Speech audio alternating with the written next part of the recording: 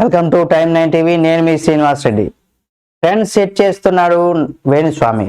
ఎందుకంటే ఆయన అస్ట్రాలజీతో ముందుగానే చాలామంది సెలబ్రిటీల జాతకాల గురించి చెప్పేస్తున్నాడు. అయితే గతంలో ఒకసారి నయనతార జాతకం గురించి కూడా ఆయన చెప్పింది ఇప్పుడు నిజం కాబోతుందా అనేది కనుక మనం చూసినట్లయితే కొన్ని అనుమానాలు అయితే నిజం అవుతాయేమో అన్నట్టుగా కూడా ఉంది.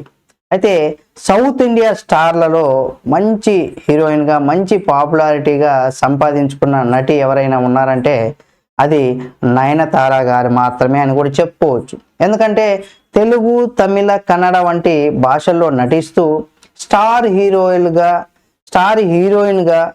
హీరోలతో కూడా ఒక వెలుగుతూ ఉంది ఆమె. ముఖ్యంగా తమిళంలో నయనతారకు ఉన్నటువంటి క్రేజ్ గురించి ప్రత్యేకంగా మనం చెప్పుకోని అవసరం లేదు.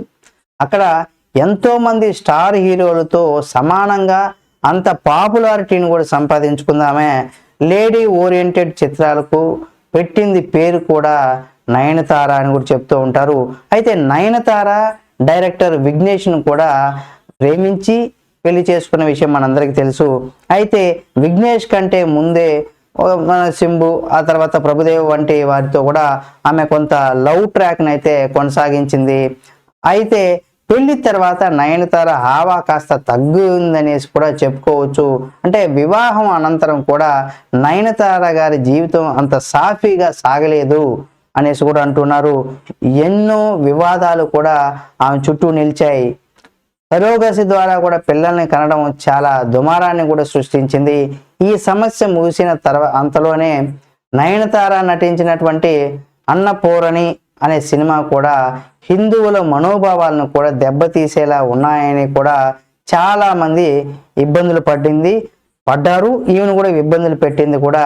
అయితే నయనతార వివాహం తర్వాత కూడా కష్టాలు మొదలవుతాయని, ఆమె విడాకులు తీసుకోవడం ఖాయం అంటూ కూడా గతంలో అస్ట్రాలజర్ అయినటువంటి వేణుస్వామి చెప్పడం జరిగింది.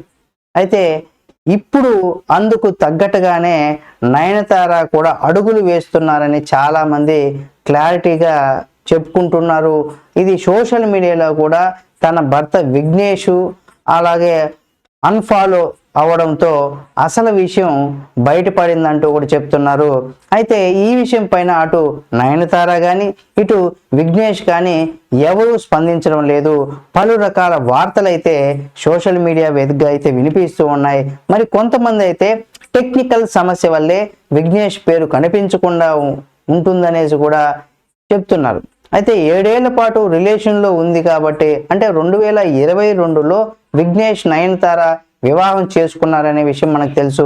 అయితే జ్యోతిషుడైనటువంటి వేణుస్వామి చెప్పినట్టుగానే జరుగుతుందని మరి కొంతమంది నెటిజన్లు అయితే తెలుపుతున్నారు. మరి విడాకులపై వస్తున్నటువంటి ఈ వార్తల పైన ఈ జంట ఎలా స్పందిస్తుంది అనేది కూడా మనం వేచి చూడాల్సినటువంటి పరిస్థితి ఉంది. చూద్దాం నయనతార గారు అసలు విడాకులు కాకుండా ఆమె జీవితం సాఫీగా సాగాలి, మరిన్ని విజయాలు కూడా ఆమె జీవితంలో చూడాలి. వాళ్ళిద్దరు భార్యాభర్తలు ఇద్దరు కూడా అన్యోన్యంగా ఉండాలని కోరుకుందాం. ఇలా వేణుస్వామి లాంటి వారు అంటే విడిపోతారు.